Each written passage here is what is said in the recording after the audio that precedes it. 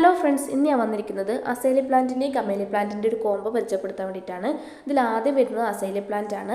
അസേലിൻ്റെ ഒരു 4 വെറൈറ്റിയാണ് ഇപ്പോൾ അവൈലബിൾ ആയിട്ടുള്ളത്. 4 പ്ലാന്റിന് 380 രൂപയാണ് വരുന്നത്.